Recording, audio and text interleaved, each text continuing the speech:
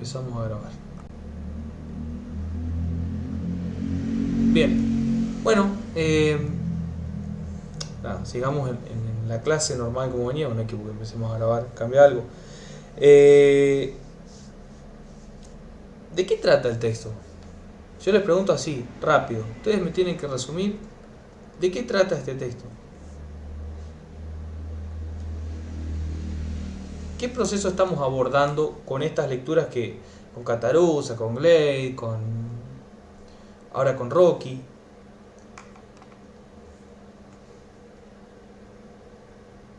Bueno, arranco yo de vuelta. Eh, bueno, esto retoma bueno, en sí habla sobre la parte económica, el desarrollo económico o la integración de Argentina al mercado capitalista mundial. eh, Perfecto. en el periodo de 1880 a 1916.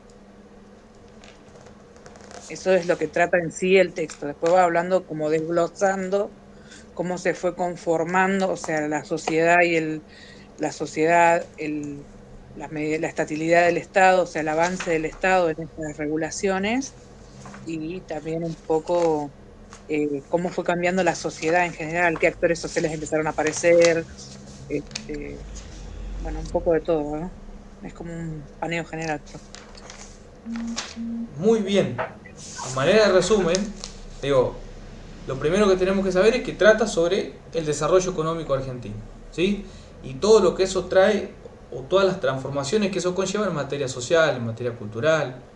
Eh, en una Argentina que está atravesando un periodo de transformación que cambia radicalmente su matriz económica, su matriz social. Digo, recuerden esto, veíamos la imagen que Lo que veíamos, también se ve, profe, perdón, ¿sí? es cómo cambió la distribución económica, o sea, cómo, digamos, geográfica, ¿no? Cómo fue, en algunos sectores fueron beneficiados y otros quedaron prácticamente excluidos, o sea, empobrecidos, ¿no? Y que al día de hoy todavía como que hay algunas cosas, yo lo iba leyendo, iba pensando, comparando con la actualidad, ¿no? Que todavía ciertas cosas como que se siguen repitiendo, ciertos modelos, me daba esa sensación. Sí, sí. Hay muchas transformaciones en el medio, pero hay algún patrón que todavía tiene vigencia allí. Eh, Recuerden esto, recuerden que lo hace Catarusa, lo hace Rocky. Piensen en la foto, si quieren, de 1880 y piensen en la foto de la Argentina de 1916, en datos, en transformaciones. Digo, cómo es una Argentina y cómo es la otra, ¿sí? Y hay solamente 36 años de diferencia, ¿sí? O 1914, Clay toma 1914 porque evidentemente allí hay un... Digo, podemos tomar 1912 porque es el periodo... Si tuviéramos que hablar de un quiebre político, para la Argentina 1912 es un año plausible, recuerden, por la sanción del conjunto de leyes o de la ley Sáenz Peña, ¿sí? Que cambia radicalmente el esquema político en Argentina. Si tuviéramos que hacer un quiebre en materia económica, bueno, ya hablamos el otro día de que hay un evento mundial que corta ese esquema de desarrollo económico que bien explicó recién Leticia. ¿Sí? Que lo hace trizas o que al menos expone todos los límites. Esos límites que se veían, que parecía que iba a llegar en algún momento ese límite, se hace efectivo, se vuelve materia ahí, en ese momento. Este, lo que tiene de bueno este texto de Rocky es que justamente en este esquema de desarrollo económico, que lo habíamos visto como muy reducido y después lo vimos a escala latinoamericana, va a mencionar al menos, así en parte, las etapas económicas, ¿sí? Y en especial, que tienen que ver específicamente estas etapas con los productos que Argentina va a producir y además con cómo esa producción va a ir modificándose en función de exportaciones, de importaciones y del crecimiento del mercado interno. ¿Sí? hay un crecimiento sustancial allí del mercado interno, lo que él llama el mercado nacional en algún momento. Y es todo un proceso que va de la mano, es decir, es un círculo virtuoso que se retroalimenta. No es que una cosa va diferente a la otra, sino que hay una cosa relacionada a la otra en todo este proceso. Yo no sé si ustedes pudieron observar las diferencias de los productos que van a marcar algo así como diferentes esquemas de desarrollo, que son los que van a ir traccionando o lo que, es decir, la locomotora de la economía va cambiando. En un primer momento, recuerden esto, es el lanar, ¿sí? Es el ganado lanar. Hay un texto muy conocido que le llama la fiebre del lanar para esta época, es decir, todos los campos, piensen esto, todos los campos de la pampa húmeda y las zonas principalmente que no eran fronterizas, es decir, lo que no estaba más allá de la marca que existía en el avance de las poblaciones blancas, ¿sí? Huincas, como le decían los sectores indígenas, eran zonas que se dedicaban a la producción del lanar. Sin embargo, eso va a variar, es decir, 1840, 1880, recuerden esto, hay todo un auge del lanar.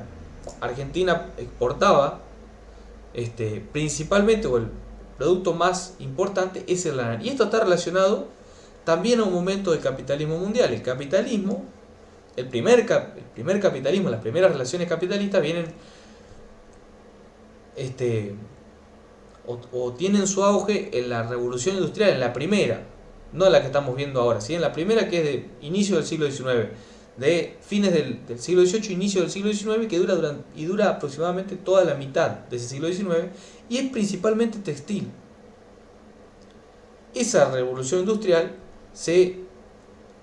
esos avances de la revolución industrial se vuelcan prácticamente al sector textil.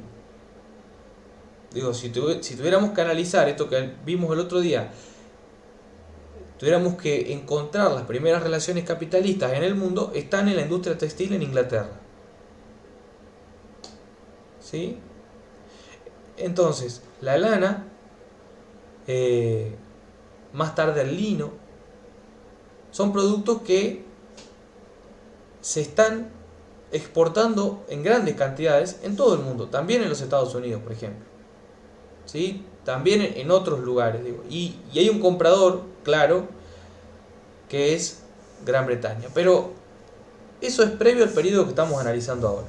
¿Sí? El periodo que vamos a analizar ahora es 1880-1916. O sea, esta fiebre del lanar va a comenzar a mermar dentro de este periodo, en esta transformación económica. ¿Qué pudieron ver ahí? ¿Qué productos son los que afloran con más intensidad? ¿Y debido a qué? Algo ya habíamos hablado de esto.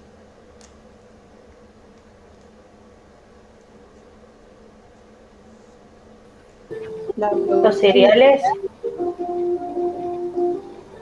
Pero el está bien. trigo y el maíz. La carne Congelada. ¿Qué carne? congelada. Está bien. Está bien. Vacuna. Vacuna. La carne vacuna. ¿Pudieron ver ahí qué elemento es lo que cambia o qué es lo que cambia este patrón de exportación que tenía Argentina? Hay un elemento tecnológico que le va a permitir a Argentina exportar carne vacuna. Las cámaras frigoríficas, Las cámaras. o sea, que les permiten transportar las carnes refrigeradas, digamos. Bien, perfecto. Ustedes saben que yo retomé algo de eso, lo tenía bastante olvidado, y me puse a mirar esto de cómo es el desarrollo de ese instrumento. Los primeros barcos que tienen cámaras de refrigerio son barcos franceses, y el primer barco se le llama Le Frigorique. ¿Sí? Desde allí hasta fines del siglo XIX hay un montón de transformaciones más que se van a dar. En un primer momento la carne va congelada, y esa carne congelada como tal perdía muchas propiedades. Es decir, cuando llegaba no era la mejor carne, no era la carne argentina que conocemos hoy en día, ¿sí? Más tardíamente aparece la cámara de carne para carne enfriada, donde se lleva, como actualmente, la media res, ¿sí? Como carne enfriada. Ustedes saben que de la carne congelada, durante el mes que podía durar el viaje, a una carne enfriada, que llegaba con un proceso de frío y no congelada necesariamente, hay una diferencia sustancial, digo, somos, o no todos, pero a lo mejor, digo, gran parte de esta clase debemos ser grandes consumidores de carne. Eso tiene un correlato para la Argentina que es sustancial. Ustedes si ven allí que en las balanzas de exportación de lo que se exporta, la carne vacuna pasa a ser el elemento estrella, ¿sí? La materia prima estrella. Pero eso viene asociado entonces a un corrimiento del ganado lanar. El ganado lanar va a comenzar a ser expulsado de las mejores tierras. Pero un poquito más atrás, pero también en paralelo, surgen los cereales como tal, ¿sí? Surge principalmente el trigo, ¿sí? Principalmente el trigo, el maíz, centeno también. Perdón, Sí. más atrás del lanar. El lanar, para hacerles un esquema cronológico, el lanar, la fiebre del lanar va de 1840 a 1880, ¿sí? Ese periodo del 80 al 90 va a empezar a ser un periodo de auge del ganado vacuno, porque el ganado vacuno va a comenzar a poder ser exportado primero como ganado a pie, después como carne congelada y más tardíamente como carne enfriada, con todas las ventajas que tiene. Profe, ¿era carne congelada ovina y de vacuno? Claro, y también se va a comenzar a exportar carne ovina congelada, pero una vez que se puede exportar, la importancia estaba en la carne vacuna. También se exporta carne ovina, sí. ¿Sí? De hecho, también se exportaba ganado ovino a pie, es decir, iban barcos con ganado ovino a pie, ¿sí? Vivo. Y eso, una consulta que menciona, no sé si es ley, de carne de buey, ¿puede ser? Carne de buey y carne de vaca. Se le llama, sí, es una terminología de exportación, pero es carne de vaca, es ganado vacuno. En realidad el buey no es lo mismo que la vaca, pero porque la vaca, lo que va a pasar también en este periodo es que la vaca en general, digo, no sé si hay alguien que sea más especialista que yo en este tema, o que haya vivido en el campo, o que, digo, tenga conocimientos rurales. El ganado vacuno en esta etapa va a comenzar además a tener un auge cada vez más grande y los estancieros van a preocuparse por mejorar la genética.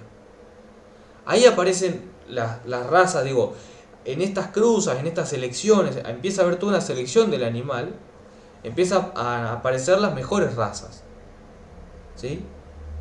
Hay toda una preocupación, el estanciero empieza a preocuparse porque ese ganado sea cada vez de mejor calidad, ¿sí? Mientras que antes cualquier ganado servía porque se le sacaba el cuero, o sea, lo más importante era el cuero y lo otro era el charqui, ¿se acuerdan? Que se exportaba acá nomás a los lugares locales. Bueno, eso cambia el patrón económico. ¿Y por qué lo va a cambiar? Porque las vacas van a expulsar a las ovejas de los campos, de los mejores campos. Pero en paralelo con eso, sí, las corren hacia la Patagonia, ¿no es cierto? Claro. Desplazan la Patagonia porque requerían menos cuidados que el ganado vacuno. Exactamente. Y porque además es menos nocivo. El ganado vacuno es mucho menos nocivo.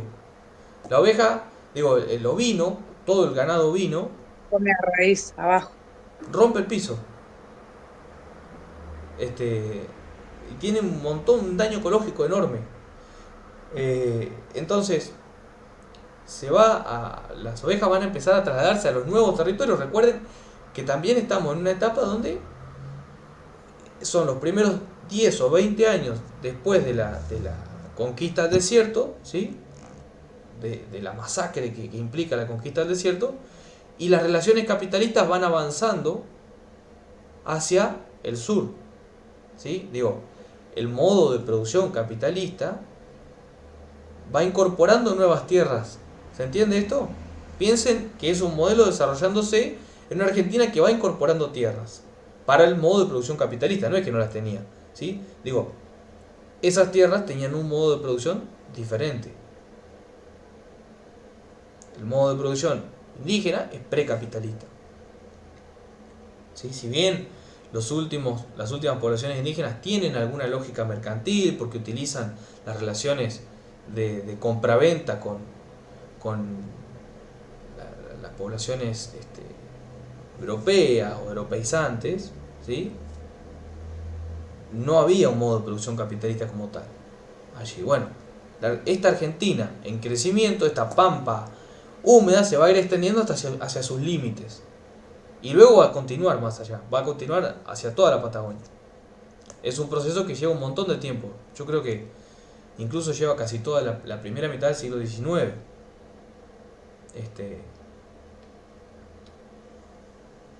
La puesta en producción de esas tierras. Entonces, allí ustedes van a poder ver, ¿sí? Este proceso se va a expandir lo que se llama la frontera productiva. Ese concepto es central, la expansión de la frontera productiva. Márquenlo con verde, con amarillo, con lo que necesiten marcarlo. ¿Sí? Esa expansión de la frontera productiva trae aparejada también la incorporación de cereales, ¿sí? Del grano para exportación. No se produce, ustedes me dirán, ¿sí? Que es a partir del siglo XX, ¿o no? Claro, tiene su auge más importante desde el siglo XX en adelante. ¿Sí? Me dirán ustedes, ¿pero qué no se producía antes? ¿Trigo? Sí, toda la vida se produjo trigo. Digo, previamente las poblaciones europeizantes en la campaña bonaerense, en la zona de lo que es actualmente provincia de Buenos Aires, producían trigo, producían maíz, por supuesto. El maíz es incaico, es preincaico en América. Pero ahora esa producción tiene una lógica o un modo o sea, se rige bajo un modo de producción capitalista.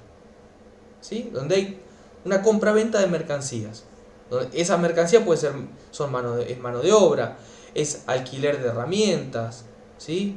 Hay arrendamiento de tierra. Ahora vamos a ver eso. Eso es lo que más me interesa. Digo, se va a ir extendiendo ese modo de producción cada vez más allá. Se va a ir corriendo esa frontera en este periodo. Entonces aparece algo que es muy propio de la Argentina, ¿sí? Y algo que nosotros habíamos visto con Gley, o al menos nos permite hacer la comparativa con el resto de Latinoamérica, que es algo que yo les había dicho que no tiene traducción en el mundo, que es lo agropecuario. ¿Sí?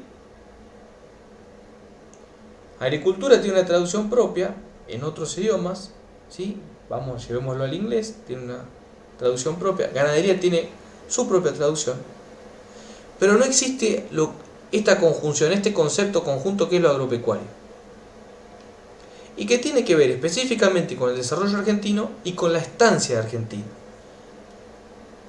Es decir, Argentina se instala en el mercado capitalista mundial a partir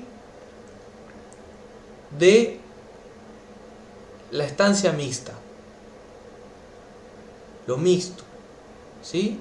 Digo, los estancieros en la Argentina tienen un desarrollo cerealero y tienen además un desarrollo ganadero, ¿sí? Hay un desarrollo agropecuario. Esto es fundamental porque va a explicar entonces ese modelo de desarrollo del que habló Leticia hoy. Es un modelo de desarrollo, una forma de desarrollarse. Digo, donde la locomotora de esa economía están las exportaciones.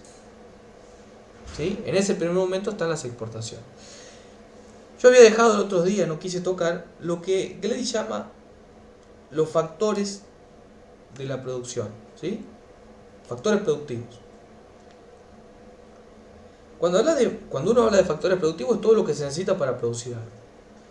Y los factores productivos en general en economía se han mencionado como sintetizado en tres: capital, la tierra y la mano de obra. ¿Sí? Las tres cosas: capital, tierra, mano de obra. Una escuela de la economía y una escuela de la historiografía ha dicho, bueno, ese ordenamiento del mundo, digo, como una manera de explicar ese ordenamiento del mundo, está relacionado a un esquema de ventajas comparativas. ¿Qué significa esto? De acuerdo, digo, cada país tenía preestablecido un modelo de desarrollo económico de acuerdo a la ventaja que tenía sobre el resto. En el caso de Argentina, parece ser que la ventaja es la tierra, que parece ser infinita en esta época. Digo, la frontera se va corriendo, se va corriendo. Sin embargo, vamos a ver también en esta etapa que existe un límite. Y que ese límite va a imponer otras condiciones. ¿Sí? La pampa húmeda tiene un límite. ¿Sí? Ese límite se encuentra mucho más tarde que en otros países, por una cuestión de que la densidad poblacional es bajísima, es decir, hay pocas personas, la gente no está pujando sobre la tierra. Al haber poca gente pujando sobre la tierra tiene menos valor. Pero en Argentina entonces parece ser que la ventaja comparativa es la tierra. Ahora,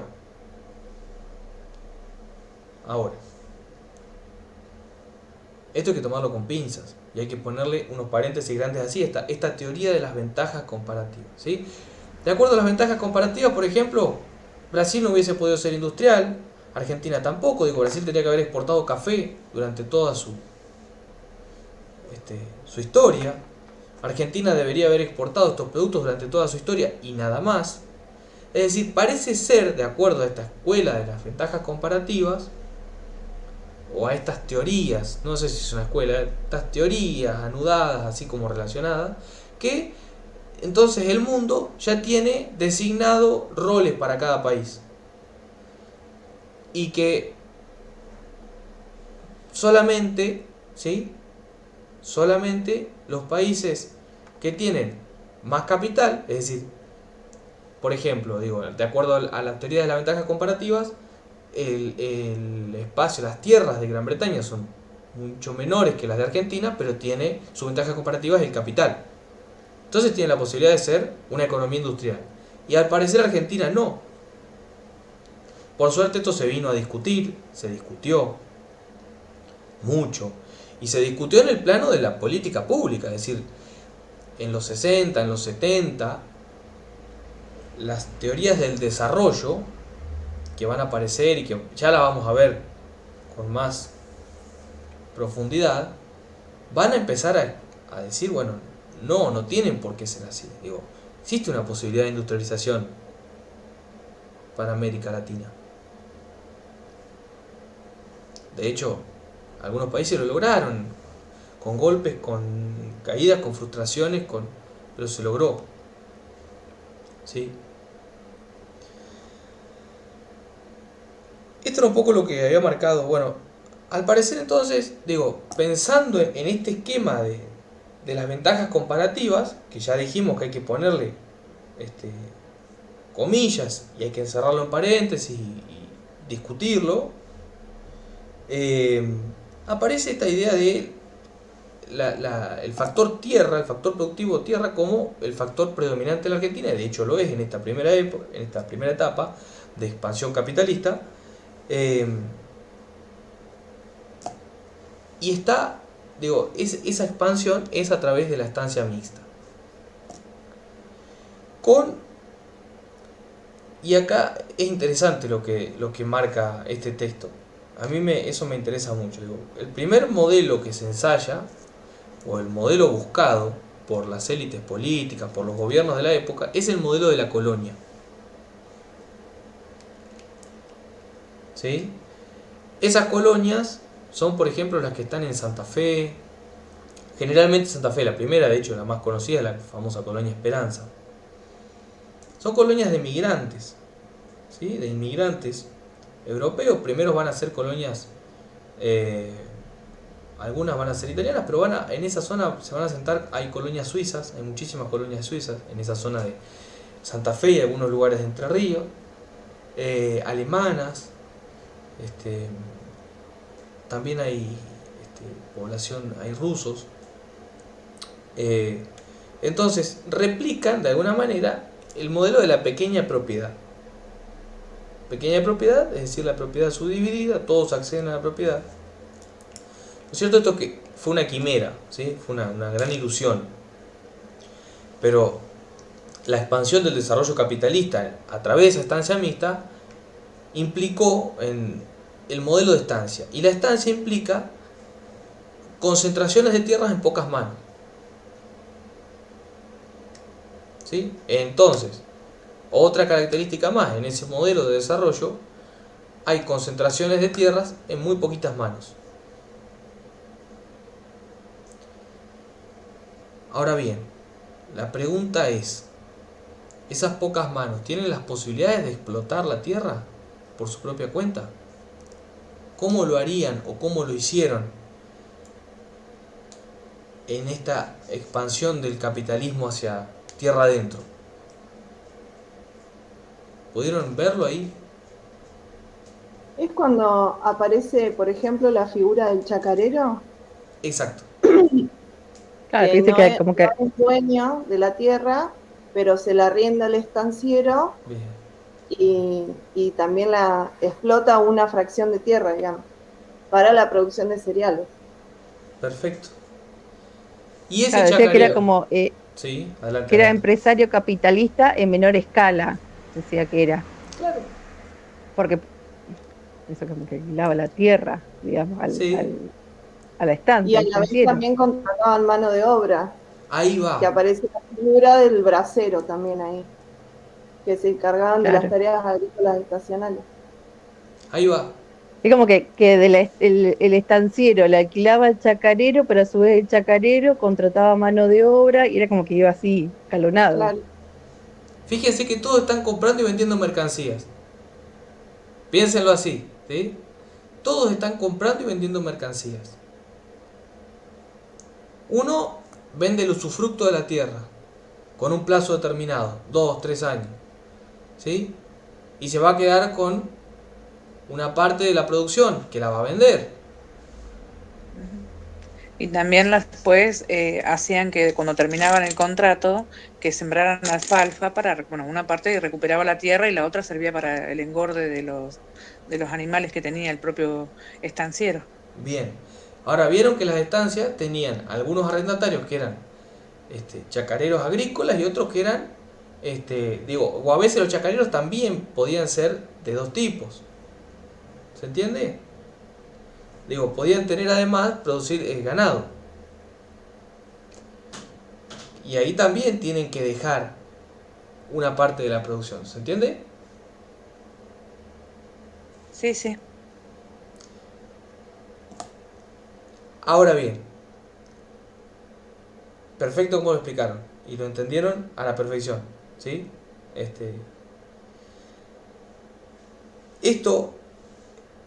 En esto también hay ciertos esquemas de desigualdad. Hay esquemas de desigualdad internos. Ya sabemos que del bracero al estanciero hay un conjunto de esquemas de desigualdad, pero más allá de la desigualdad que la existe, de la desigualdad monetaria en poder adquisitivo, lo importante de la relación capitalista es que hay una relación de explotación. En esa pirámide, quien está arriba, que es el estanciero, en esa pirámide que ustedes mencionaron, obtiene la plusvalía de la plusvalía. Piénsenlo así, ¿sí? El plusvalor del plusvalor. Entonces, esa posibilidad de acumulación, ya de por sí hay una situación de acumulación previa, que tiene que ver con decisiones gubernamentales, ¿sí? Que tiene que ver con campaña, mal llamada campaña del desierto. Hay una apropiación legitimada por los gobiernos que es una apropiación en pocas manos, ¿sí? Esa apropiación en pocas manos se va a reproducir con cada vez mayor, digo, el capital se va acumulando, ¿sí? Hay una reproducción que va a incrementar ese capital.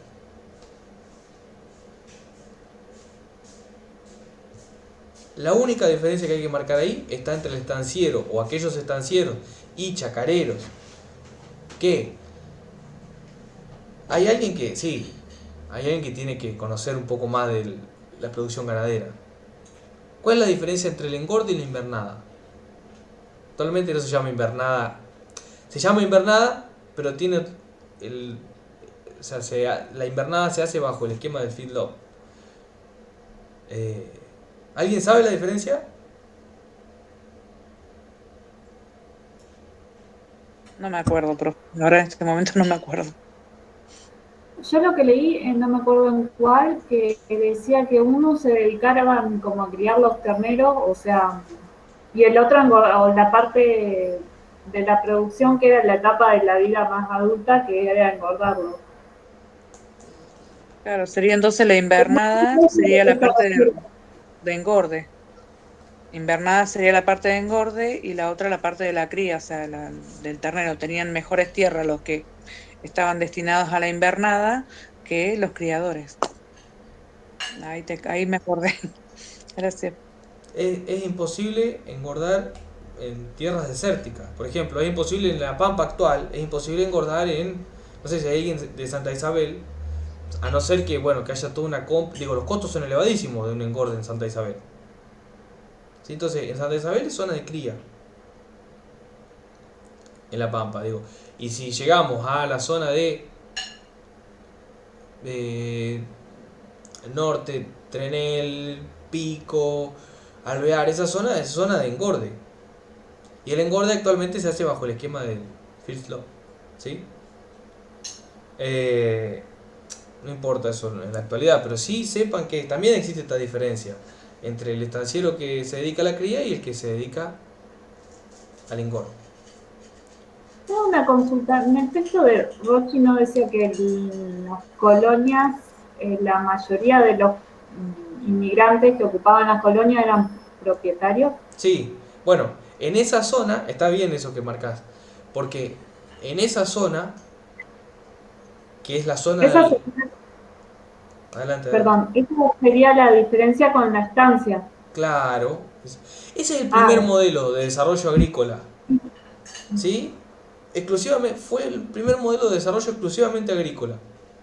Y es importantísimo porque además esos inmigrantes traen capital monetario y capital cultural para explotar esas tierras. Conocimientos. Exactamente. Traen conocimientos técnicos, traen conocimientos en la construcción de los áperos, ¿sí? De las herramientas, que parece muy menor, pero en el desarrollo, en ese primer desarrollo, saber digo, piensen que hasta casi el siglo XX no se construían las piezas de metal para los carros en Argentina. La herrería, por ejemplo, estaba muy poco extendida. Los primeros herreros que llegan tienen un laburo por hacer impresionante. De por sí tienen muy pocas herramientas, las fraguas son bastante malas. No se construía un bulón en la Argentina de metal. Hasta, les diría, primera década del siglo XX, ¿sí? 1900, 1910.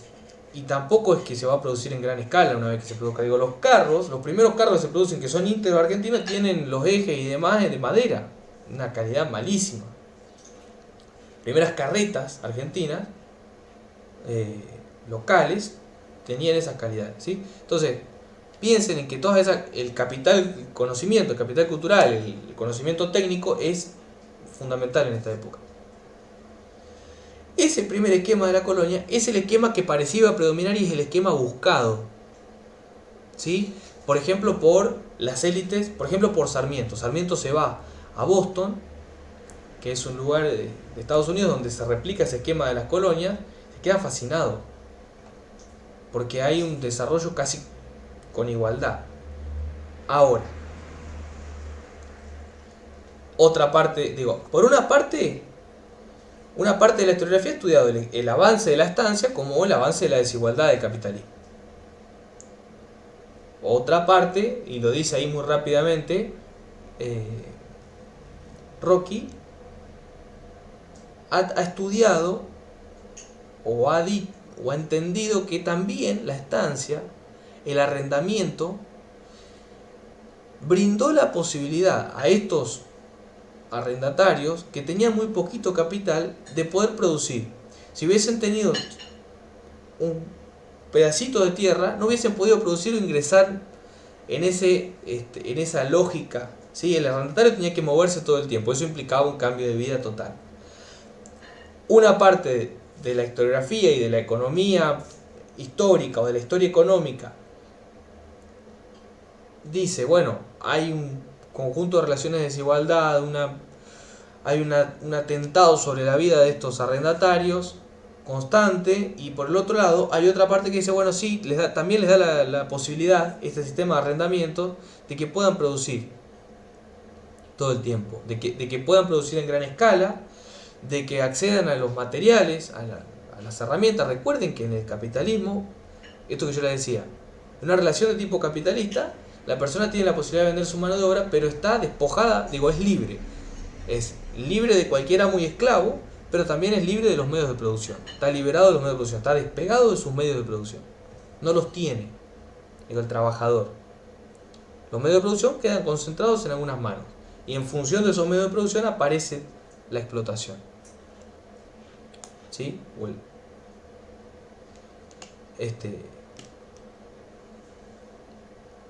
Esta es una observación de esa entrada. ¿Sí? Por un lado es observar las situaciones de explotación, de desigualdad y demás, y por el otro lado, en un análisis más economicista, más liberal de la cuestión, decir, bueno, sí, también esa explotación de tipo estancia le permite a los arrendatarios poder ir produciendo en las cantidades que producían y que las cantidades exportables sean enormes. Eso por un lado, ¿sí? Por el otro lado, ya analizamos este factor de la tierra, el crecimiento del modelo de estancia. Por el otro lado, hay dos factores más: mano de obra y capital. Vamos por mano de obra. ¿Qué pasa con la cantidad de personas en esta época?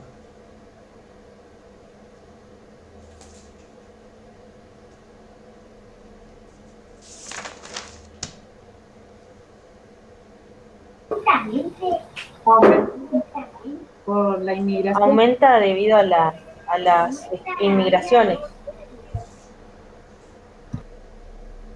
Aumenta Pero de anteriormente era escasa, era por escasa. eso pero bueno, se implementaron políticas que permitieron que, digamos, una gran oleada de inmigraciones.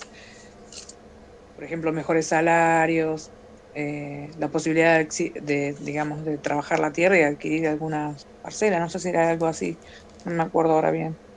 Hay una oleada migratoria, ¿sí? Hay una oleada migratoria que está en línea con una economía en crecimiento. Una economía en crecimiento que tiene cada vez salarios más altos, donde hay muchas posibilidades de insertarse en ese esquema y de obtener rendimientos. Las inmigraciones, recuerden esto, existe en Argentina y existe en docentes, que lo he visto, esta tendencia de decir, los inmigrantes que vienen escapados de la guerra. No, falso. ¿Sí? Cuando hablamos de inmigración, hablamos de una inmigración, la primera inmigración es generalmente las primeras eran migraciones golondrinas, personas que iban y venían, y que se empiezan a tejer relaciones, gente que empieza a conocer gente, ¿sí? Y en ese tejido de relaciones, en esa interconexión, empiezan a establecerse familias enteras, personas que vienen a radicar su familia aquí. Pero generalmente, quien tiene la posibilidad de inmigrar en Europa no es de clase baja, digo. No es que no haya venido nadie de clase baja, digo. El grueso que viene de los inmigrantes es de clase media. Mencionémoslo así, de clase media. Gente que pudo hacer un ahorro, que tiene un capital cultural, que se puede cartear con alguien y saber qué hay allá o qué hay acá. Que no es tan común en la Europa del siglo XIX. ¿Sí? Estamos hablando de una Europa que tiene porcentajes altísimos de analfabetismo. Bueno, hay gente que está pudiendo tener correspondencia, ¿sí? Puede escribirse, puede saber, puede tener noticias de algún mundo que desconoce, que puede establecer el contacto para subirse a un barco, que no es fácil, que puede hacer los trámites legales. Digo, esta teoría del inmigrante que llega totalmente pobre y sin nada, no les voy a decir que viene con un maletín de lingotes de oro, pero también hay una realidad de que llega gente con un capital cultural poco más elevado que la media en Europa, que tiene algún tipo también de conocimiento técnico y además la idea de asumir el desafío, es decir, no llegan refugiados. Esto tenemos que diferenciarlo. Llegan refugiados, personas que están escapando de una situación horrorosa. Sí, están alejándose, más tardíamente sí, la Primera Guerra, pero en la Primera Guerra más vale se cortan las inmigraciones. Las oleadas inmigratorias grandes son de el último cuarto del siglo XIX, principios del siglo XX, y está relacionado a el conocimiento de posibilidades de crecimiento. ¿Sí? Y una consulta, como producto de la industrialización, ¿sí se puede hablar que la inmigración fue producto de la industrialización en Europa o no? A ver, generalmente la industrialización atraía gente más que expulsaba. La inmigración, las grandes oleadas inmigratorias que llegan son de regiones que no tienen un fuerte desarrollo industrial en Europa en ese momento. Vienen, por ejemplo, de algunos sectores de Italia que son preindustriales. En general vienen poblaciones rurales, ¿sí? Más que urbanas. Por supuesto que también, pero donde hay un desarrollo urbano más vale la gente se queda antes que irse. Es decir, no sé si incide directamente, no lo tengo tan claro, pero me parece que no incide directamente la industrialización como factor de expulsión. Más bien atrae. Pero en esta época, piensen esto, en la segunda industrialización que ustedes mencionaron el otro día, estamos hablando de sectores muy acotados, estamos hablando de Estados Unidos, estamos hablando de Inglaterra, por supuesto, a la cabeza siempre, y de otras regiones que se están incorporando, ¿sí? Francia, el norte de Francia, o algunas regiones de Francia, no todas, Rusia más tardíamente, Alemania, ¿sí? Alemania, pero algunas regiones también de Alemania. Entonces, es una Europa variopinta la que está desde donde vienen esos inmigrantes. Eso por un lado. Por el otro lado, y acá vamos a responder algo de la pregunta que hiciste el otro día, Leticia, y que va relacionado al factor mano de obra. ¿Qué pasa con el factor capital? El factor productivo capital. ¿Pudieron verlo ahí? Sí, tiene que ver con las inversiones extranjeras, con un aumento de las inversiones extranjeras. Sí. ¿Qué forma tienen esas inversiones? Primero de bonos del Estado. Bien, ¿saben cómo es un bono? ¿Más o menos tienen así una idea?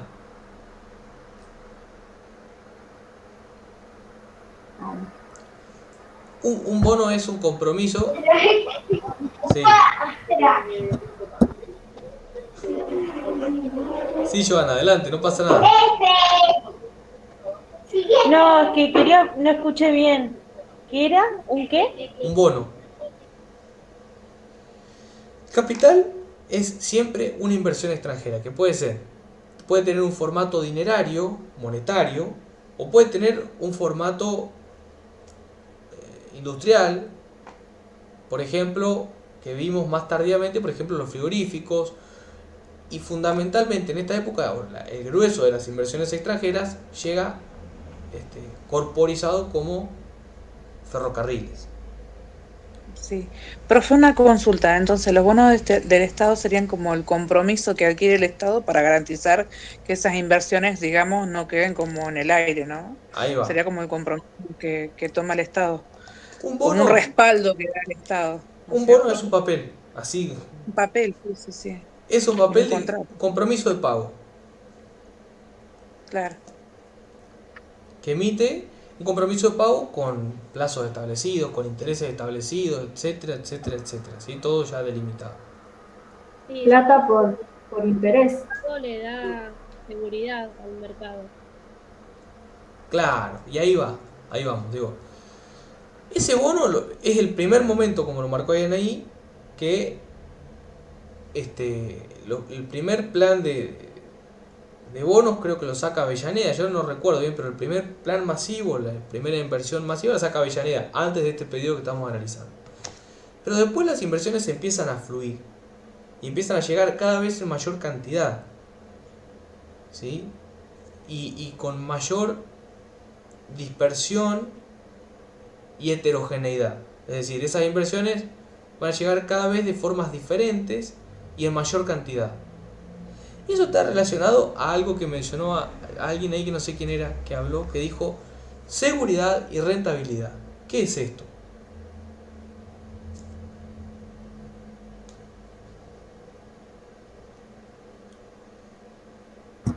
Mica creo que había hablado, que tenía que ver con, en un principio las inversiones no llegaban porque el Estado no estaba conformado o estaba conformándose y había guerras civiles que no daban seguridad a la propiedad privada, por ejemplo. Por ejemplo.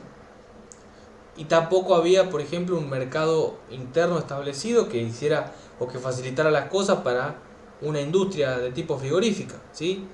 El frigorífico, si se establece un frigorífico en 1850, 1860, en Buenos Aires no sabe qué cantidad de reses le puede llegar a entrar porque depende de un montón de conflictos internos, ¿sí? Entonces, esa seguridad es primordial para los inversores extranjeros. Y por el otro lado, la idea de la rentabilidad. En un mercado... Sí, que reditúe, que Exactamente. les quede algo, alguna ganancia.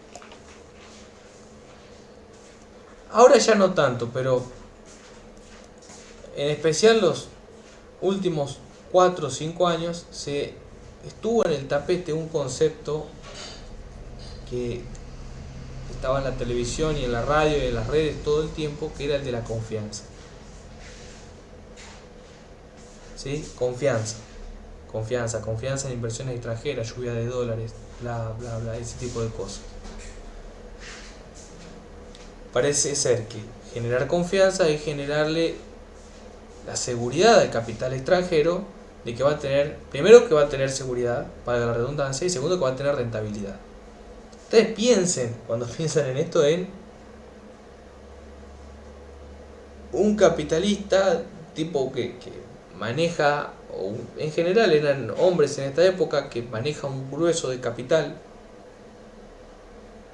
Y ese capital, como yo les decía, para hacer capital tiene que generar más valor. No me sirve el capital comprándome un lingote de oro y colgándomelo al cuello. Eso no es capital. El capital es un valor que genera más valor. Que tiene la... Bueno. En Europa, ¿sí? El capital estaba creciendo en los lugares específicamente donde ya las relaciones capitalistas estaban aceitadas. Por ejemplo, en Gran Bretaña. Entonces, ese capital que se está reproduciendo tiene que buscar nuevos mercados, nuevos lugares donde, nuevos sectores,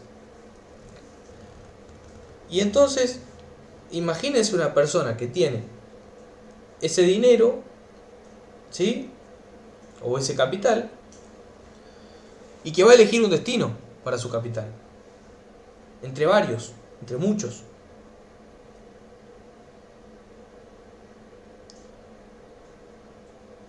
El capital va a elegir, digo, el capital como algo abstracto así, siempre penetra o llega o cae en lugares que le dan seguridad y que auguran rentabilidad. La seguridad y la rentabilidad va de la mano de un Estado represor si tiene que ser represor, va de la mano de un Estado que tiene que ser garante si tiene que ser garante ante una falla en el compromiso de pago. Entonces, las primeras inversiones extranjeras llegan de la mano del Estado argentino, que pone como garantía sus ingresos. ¿Sí? Estaba puesto en el valor de la tierra, puede ser, esos bonos, Sí, digo, no el recuerdo valor bien. Es se- algo que sí, lo vi hace, por eso te digo, pero por eso te preguntaba si tiene que ver con esto, porque es como que en garantía daba, ponía en el valor de la tierra, ¿no? El Estado, en esos primeros en bonos, no garantía sé, ponía sus ingresos. claro. Hasta el día de hoy, las grandes entidades crediticias mundiales, el FMI, te pregunta a vos, cuando vas a pedir un crédito, bueno, ¿qué producto bruto interno vas a tener? ¿Qué producto X? ¿Qué ganancias vas a tener a fin de año? ¿Me vas a poder pagar esto? Entonces, la garantía es del Estado diciendo, yo tengo este ingreso de capital y te lo puedo pagar. Entonces, la pregunta que viene allí y que se la responde Rocky en el último apartado del texto de Ticia, era de este Estado que todo el tiempo ahora escuchamos en la televisión. Hay gente que parece saber más de la Argentina de esta época que gente que se ha dedicado a estudiar eso. Ese Estado está muy presente. Por supuesto que no es un Estado proteccionista, pero sin ese Estado no existe la posibilidad de la inserción de un mercado capitalista.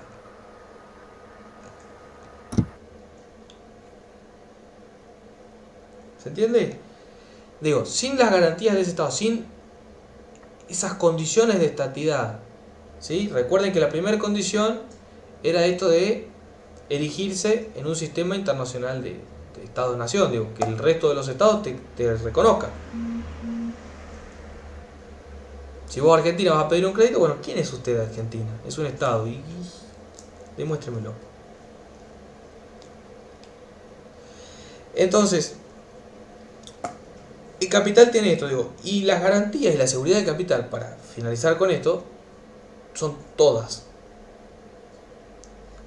El capital capital exige muchas veces, y ya depende de los estados, de las decisiones políticas, de toda una discusión política y de un entramado político que es mucho más grueso e importante, que se le permite a ese capital. Pero lo que sí está claro es que el capital sigue la rentabilidad, donde más rentabilidad hay, cae, ¿sí?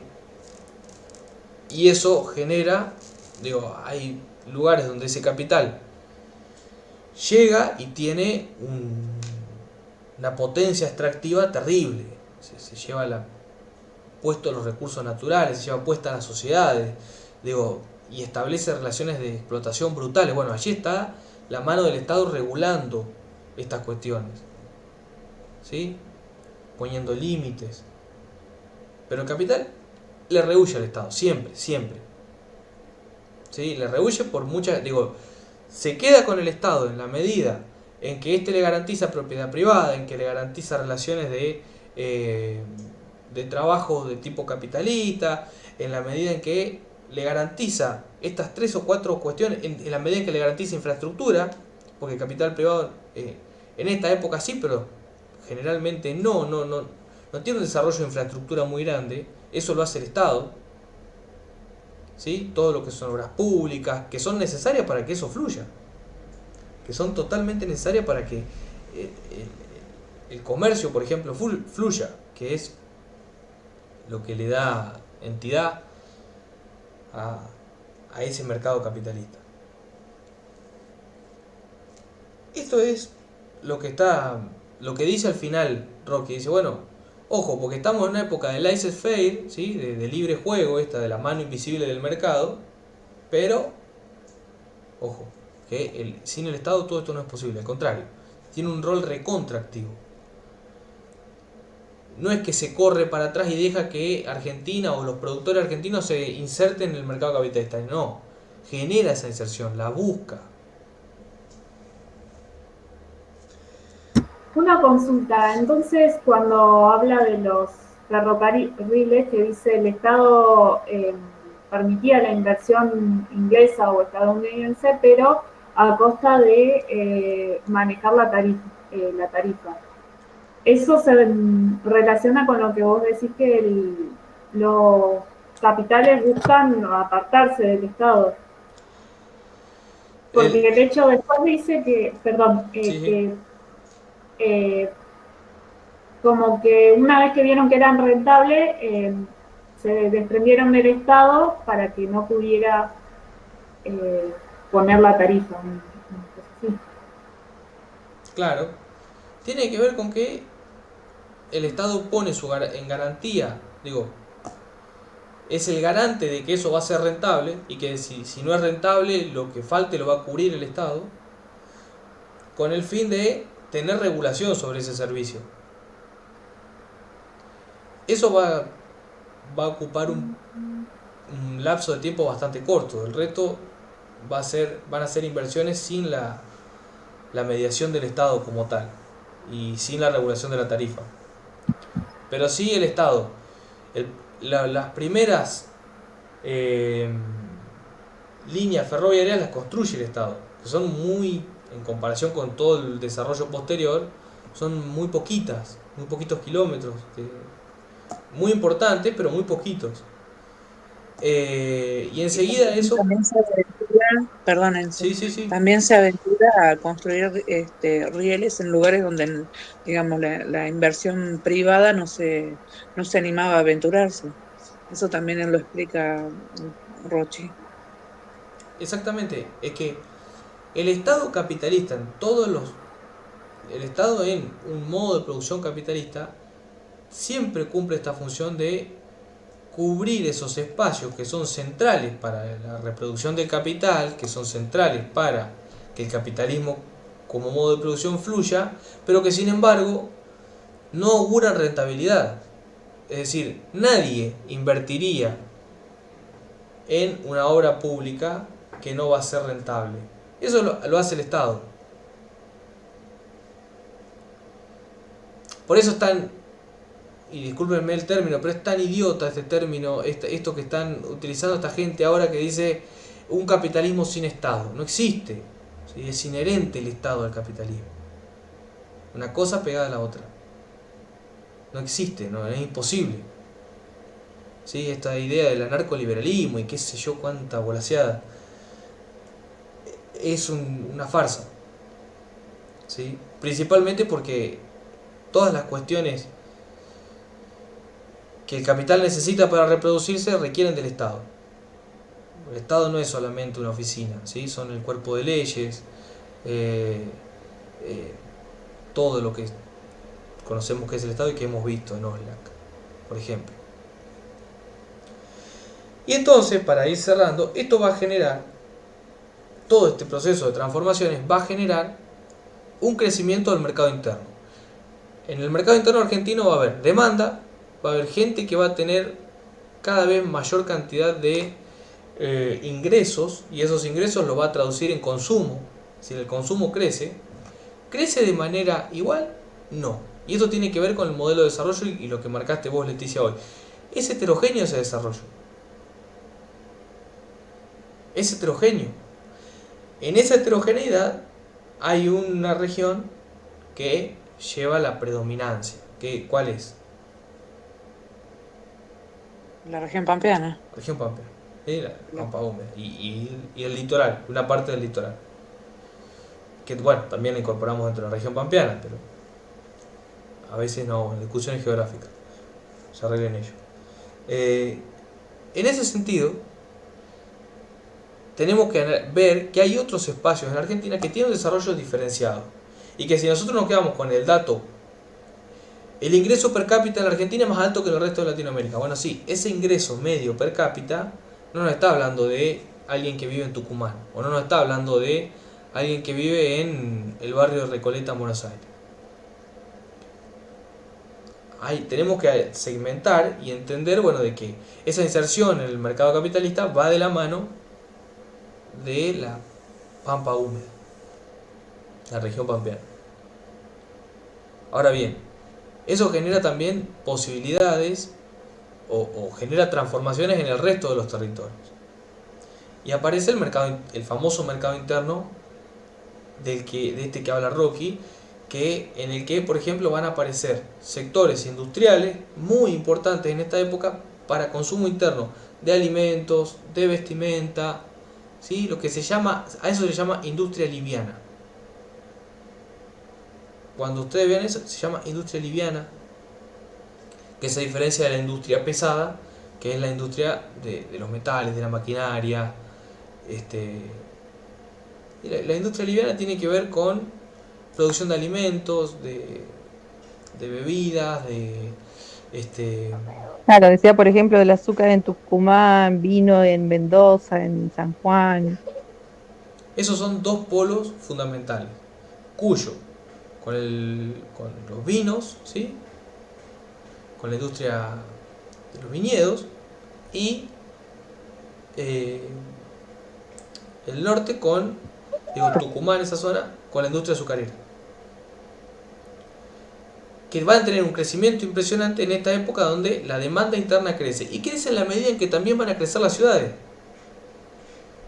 ¿Vieron allí el crecimiento de Buenos Aires, de Rosario, por ejemplo? Sí, por supuesto, Buenos Aires, Rosario, Córdoba, las tres ciudades cabeceras de la pampa húmeda. Pero bueno, ese crecimiento urbano va a generar también posibilidades en otros sectores. Y va a generar también la posibilidad de el crecimiento de nuevas industrias. Van a aparecer nuevas industrias. Chiquititas, muy rudimentarias, pero industrias, en fin. Yo les hablaba ya de, por ejemplo, Bagley, la clase pasada, con la esperidina. Eso por un lado. Y por el otro, todo lo que es la industria de la construcción. Muy rudimentaria, pero industria de la construcción en fin. Zinquerías, yesería, mampostería, desarrollo ahí. Todo lo que tiene que ver con el adobe, con la construcción de elementos para la construcción en general.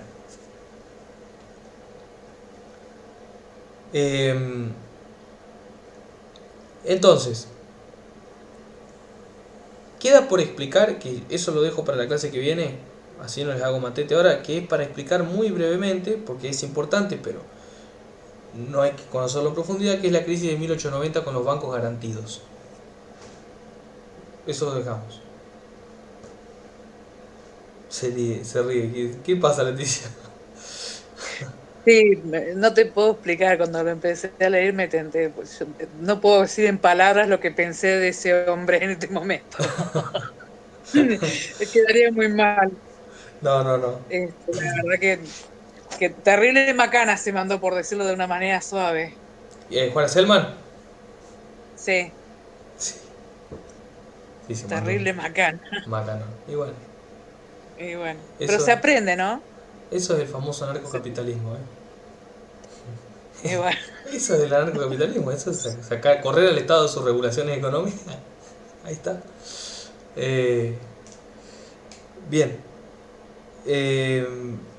No se hagan matete con eso. Déjenlo afuera. La clase... Profe. Sí. Esa parte en donde habla que Argentina operaba con una doble moneda. Sí. Ah, menos mal, porque esa parte no la entendí. Bueno, déjenlo después del parcial, lo vemos. Así ahora para el parcial se concentran en esto. ¿Sí? Lo último, y que quizás es lo más fácil de comprender, es toda esta industria esta cultura de masas que se crea, que es muy propio del crecimiento de las ciudades. En esa cultura de masas hay nuevos servicios culturales, nuevos elementos de consumo, y lo que conlleva la cultura de masas en todo el mundo es un proceso de aparente igualdad. Cuando antes las modas estaban indicando de alguna manera una diferencia sustancial terrible, no es que ahora la moda no lo va a significar, pero por ejemplo la cultura de masas es el momento en que prácticamente todas las personas tienen un traje para usar, un saco y un traje para usar. Hay un relato Tienen ahí. el acceso, Sí, sí. la posibilidad de acceder a distintos elementos que quizás en otro momento tampoco podían, ¿no? Elementos materiales. Porque hay como una apertura del comercio en el tema de la cuotificación, el tema de poder sacar créditos más accesibles, digamos, como sería hoy lo que es un crédito personal, sería algo así, si no entendí mal. Exactamente. Esa expansión del consumo, esa expansión de la demanda interna, va a llevar a un crecimiento comercial en la parte rural, ¿sí?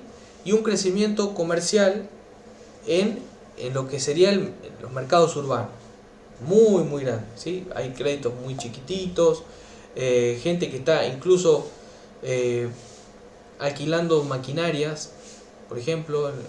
Pero eso en un sector bien definido, ¿no es cierto? Porque por lo que pude leer y entender, era más que nada en la región pampeana, porque lo que era el mercado, digamos, interior, que sería, fue como de a poco y muy, se nota que fue bastante costoso para los inversionistas de Buenos Aires o las fábricas de Buenos Aires acceder a ese mercado, porque es como que era mucho más artesanal, entonces como que la calidad era menor, entonces como que costó más llevar esa... Artesanal marca esto, está muy bien lo que vos marcás. Artesanal marca no estandarizado, es producción no estandarizada, y además precapitalista o con formas de producción no capitalista. Relaciones así muy chiquitas que no son capitalistas, y eso va a tender a desaparecer. Pero las industrias de Buenos Aires la tienen difícil, ¿sí? La industria bonaerense en general, que es el lugar donde afloran las industrias, la tiene muy difícil para ingresar allí. Eso lo dejamos bien para la próxima clase, que es un tema, todo lo que es estructura comercial. Bueno, el que es un especialista en eso y que el año pasado lo dimos juntos es Leonardo. Leonardo de estructura comercial, prácticamente Ledesma, no sé si lo conoce. Sí, tuve como profe de historia en tercero, Ah, bien. yo. Él es Sí, especialista en eso. Está terminando su tesis de doctorado y el tipo sabe un montón de esto. El año pasado incluso dio una clase re buena sobre... Se trabajó muy bien este tema del comercio, de la cultura de masa. Este año le tocó yo.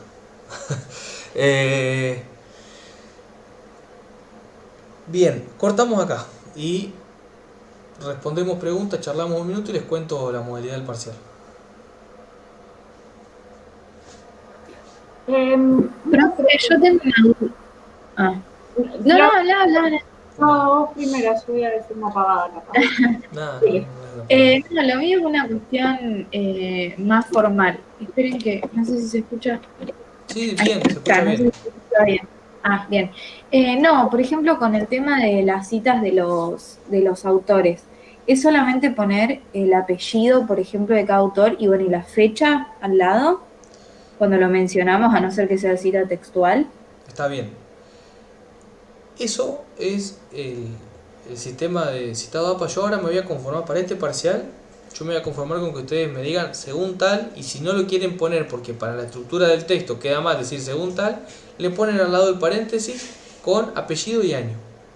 Yo ahora me conformo con eso. Para el práctico que viene, yo les voy a dar las reglas de citado APA, que no son tampoco tan difíciles, ¿sí? Pero simplemente hay que saber cuándo se cita textual, cuándo se hace un apartado dentro del texto. Vieron que hay textos que separan una cita textual y dejan el espacio. Eso se los voy a dar para el segundo práctico, para después sí evaluarlo en el segundo parcial. O sea, yo ahora no lo pensé, después digo no me dio el tiempo, se iba a hacer enredo. Ahora, bueno, respondo otra pregunta, después les cuento un poco sobre el parcial, sobre la idea que tengo del parcial. Anaí.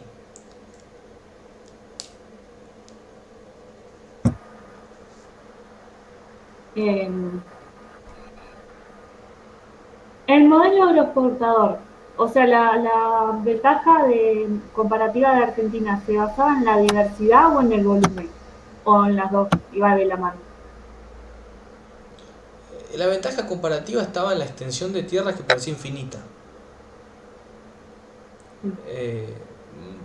No sé si me refiero a la ventaja comparativa, el hecho del desarrollo. Sí, te entiendo.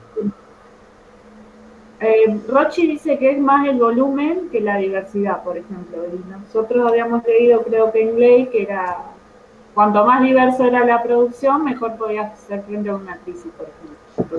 Eso está muy bien. Porque Claro, la economía compleja. las dos cosas no son contrapuestas. ¿Por qué? Lo que dice Rochi tiene que ver fundamentalmente con que el volumen que permite esa extensión de tierra del producto exportable, que es tu producto estrella más importante, es enorme, ¿sí? Por tus características naturales, geográficas, ecológicas. Te permite volúmenes crecientes que parecen no tener techo en esta época. Ahora bien, también el volumen, yo les pongo una situación no hipotética, sino real. También el volumen, por ejemplo, de la caña de azúcar en Cuba es enorme. ¿Sí? Es muy grande. La economía compleja de la que habla Glade, ¿sí? La complejidad, esta diversidad de productos, hacen que vos tengas cierta estabilidad y que no seas mucho menos vulnerable. Que cuando tu producto estrella tiene una recaída por X causa, vos tengas otras cuestiones, que tu economía siga funcionando.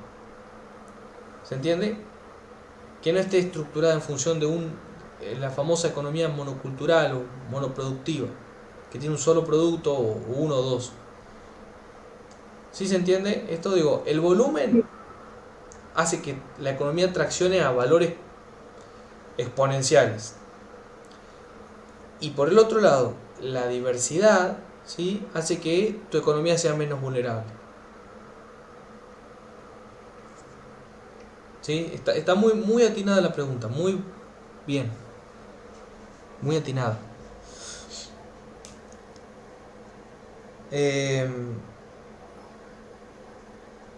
Recuerden siempre esto, de criticar más allá de no reproducir esta teoría de la ventaja comparativa, siempre ponerla entre comillas y decir, bueno, de acuerdo a esa teoría, Argentina y los países latinoamericanos deberían haber sido siempre países primarios exportadores. No solo que no lo fueron, sino que tampoco tendría por qué serlo. Porque también, de acuerdo a la teoría de las ventajas comparativas, hubo todo un reflote en Argentina de una escuela de la economía que indicó que Argentina tenía que, se los digo de manera muy bruta y muy criolla, dejarse de joder con la industria. Porque Argentina es lo que la atracción de la economía argentina era en función de el campo en sus diferentes dimensiones. Y esto trae aparejado un retroceso impresionante, y lo trajo aparejado, ya vamos a ver post 76, ¿sí? Es innegable que los sectores exportables de productos primarios en la Argentina son importantísimos. Ahora, reducir una economía, un desarrollo económico a eso, es otra cosa, ¿sí? Entonces, si yo digo que Argentina nunca alcanzó la industrialización, no sería adecuado. Creo que lo dijo al principio de la clase. Dejate esa pregunta para lo que ahora va a venir. Porque el siglo XX, ¿sí? Tiene problemas de ese tipo, ¿sí? La industria en Argentina va a aparecer medio por la fuerza, medio está brillando. Va a haber como un montón de problemas ahí para la industria argentina. Porque no me acuerdo qué autor es que habla del capital y dice que era más fácil invertir en el modelo agroexportador por el hecho de los costos-beneficios. Porque, o sea, tenía buena rentabilidad y el costo era casi nada. Sí. Adelante, No, no, adelante. sí. Ahí hay una No, que pregunta, se hace Catarusa, me parece. Yo ahora, Catarusa o Glade en algún momento. O es una pregunta que está rondando, no recuerdo quién la formula, pero una pregunta que le ronda a todos los investigadores de historia económica, que es, ¿por qué el empresariado, por qué no se dio la industria en Argentina? Esa sería la pregunta madre. En esa época, ¿por qué en esa época la industria en Argentina no aparece? Bueno, porque podríamos decir porque el modelo de desarrollo económico está volcado a una economía primaria exportadora. Está bien. Primera respuesta, válida. Pero se le puede formular otra pregunta a esa afirmación. Bueno, pero podríamos decir, las pequeñas industrias que lo intentaron, le fue muy bien. Tuvieron rentabilidades. Le fue muy bien. Y crecieron, digo, piensen en a la élite tucumana no le fue para nada mal. Tuvo hasta 2 presidentes. ¿Sí? Avellaneda, Roca y la familia de Roca más tarde. Entonces, la pregunta que se formula es, bueno, había un modelo de desarrollo hacia lo primario exportador. Y dentro de ese modelo de desarrollo, que ofrecía otras posibilidades además de invertir en el campo, ¿por qué la industria no creció a los valores que debería haber crecido? O que la gente, los investigadores dicen, debería haber crecido. ¿Sí? Bueno, una de las respuestas tiene que ver con que la gente que tenía capital local lo invertía en lo rápido y lo seguro, en lo que auguraba una rentabilidad así. Digo, en Argentina, donde lo que se exportaba, dejemos esta pregunta, repito, ¿esto se exportaba o se exporta? Habría que preguntárselo. Pero se le ha cuestionado mucho, hay una discusión muy grande ahí, pero se ha cuestionado mucho la figura del empresario.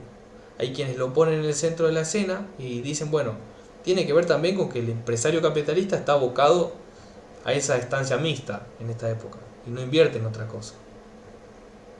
Y toma y lo compara con otros casos de otros países, con casos de países europeos donde había los estancieros, o no estancieros estrictamente, sino la gente que se dedicaba a la explotación rural, tenía a la par a lo mejor una siderurgia. Entonces, pero bueno, también es una gran discusión. Es poner o no poner la figura y la voluntad del empresario argentino en el medio, cuestionarla, ponerla como un factor explicativo, o simplemente decir, bueno, esto es una estructura, un sistema que funciona así. Y ahí hay una pregunta mucho más compleja, que es si cuando hablamos de ciencias sociales podemos hablar de estructuras sin pensar en las voluntades humanas, sin pensar en las decisiones. Es decir, en vez de pensar en actores, pensar en sujetos. Vamos a tratar de pensar en actores sociales, reconociendo que además hay estructuras de funcionamiento que enmarcan las posibilidades de esas personas, pero que hay gente que se sale de esas estructuras y que hace algo distinto. Lo que hizo Bagley, ¿sí? No era los inmigrantes llegaban a la Argentina y se iban a trabajar a una colonia o eran arrendatarios. Bagley llegó y creó una bebida. Bueno, hay un actor, un tipo que está funcionando, está de acuerdo a su propio desafío, a su propio conocimiento. Entonces, en la ciencia, esa es una discusión de fondo de las ciencias sociales. ¿Lo analizamos como una estructura, como un sistema consolidado que funciona sin la voluntad de las personas? ¿O más bien ponemos un punto en el medio y decimos, en realidad enmarca la voluntad de las personas, es un marco donde podemos entender, pero reconociendo que las personas son actores, que la variable humana el humano representa un millón infinito de variables, ¿sí? Un millón infinito no, un infinito de variables. Un millón es finito. Un infinito de variables.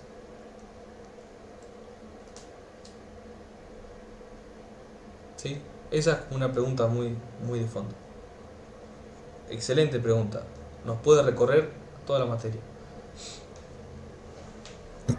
Porque es lo que como que deja abierto ahí el texto de ley, entonces no lo terminás de... Pero está muy bien que se te esbocen estas preguntas, que te formules estas preguntas. Porque en realidad son textos que tienen alguna especie de contradicción, de diálogo, de discusión interna. Eso es lo que yo quiero, ¿sí? Que busquen estas contradicciones, estos diálogos, estas discusiones, esto que se consolida y lo que no, y lo que queda. ¿Sí? De todas maneras, bueno, si no hay más preguntas les cuento un poco sobre el parcial. De todas maneras, el parcial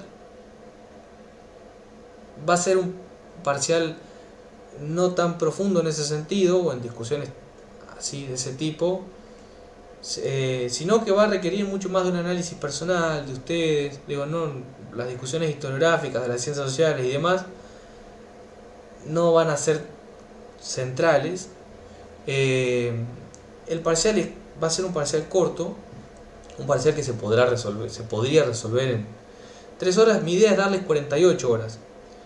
¿Por qué? Porque tiene un límite de palabras y de páginas y apela mucho más a su capacidad de análisis y demás que a una utilización total de los conocimientos, aunque los conocimientos y los conceptos, el diálogo y su ordenamiento de las cosas tienen que estar, por supuesto, pero apela mucho más a estas cuestiones, ¿sí? Hay un análisis de una fotografía, hay un análisis de una oración, de una frase.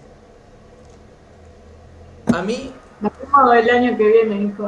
No, ¿por qué no? No es difícil, de verdad que no.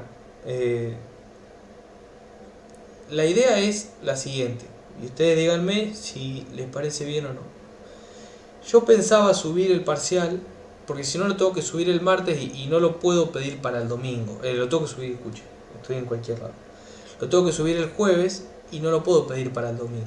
Entonces mi idea era subirlo mañana, miércoles a las 6 de la tarde, junto con un video explicativo de la cuestión, ¿sí?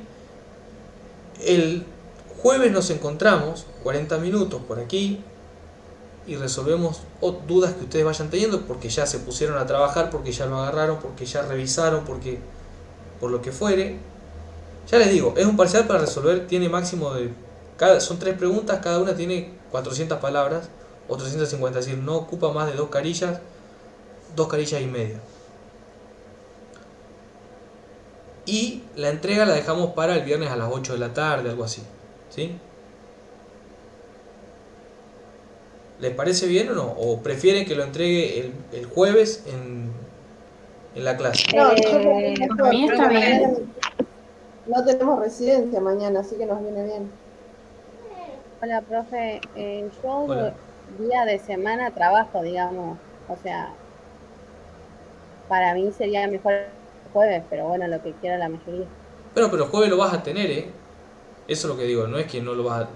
Te quiero decir, no es que yo lo voy a retirar el jueves. Yo lo dejo mañana a las 6 y vos tenés mañana desde las 6 hasta el fin del día, el jueves completo y el viernes hasta las 8 o 9 de la noche. Claro, pero Está bueno porque cualquier cosa entonces, ¿Cómo? que yo trabajo mañana y tarde la tengo ocupada, digamos. O sea, para mí sería mejor, por ejemplo, que quede el sábado, entonces tengo un día que puedo hacer, digamos. Lo que pasa es que ahí hay un problema. Y el problema es que en realidad,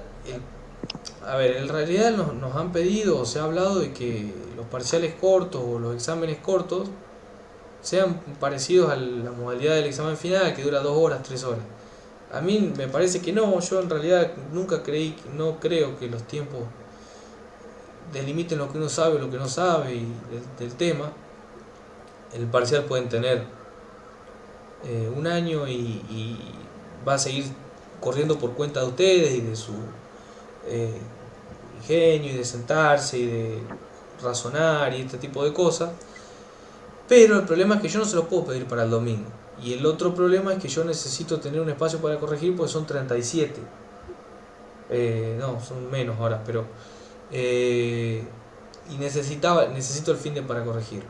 O sea, si yo se los daba el jueves, se los doy el jueves a las 6 de la tarde y se los tengo que pedir el viernes a última hora de la noche. Ya te digo, el parcial con 2 horas, 3 lo haces. No es un parcial que uno tenga que escribir 15 páginas. Pero bueno, en el medio te da tiempo de elegir, de revisar textos, de... Si lo subo Está hoy, bien, perdón. no, perdón, por ahí, como que, no sé, tengo un día más o algo así. La idea es que el parcial dure 48 horas. Por eso yo le digo, o se los doy mañana, se los subo pero se los tengo que subir a las 12 de la noche, de mañana.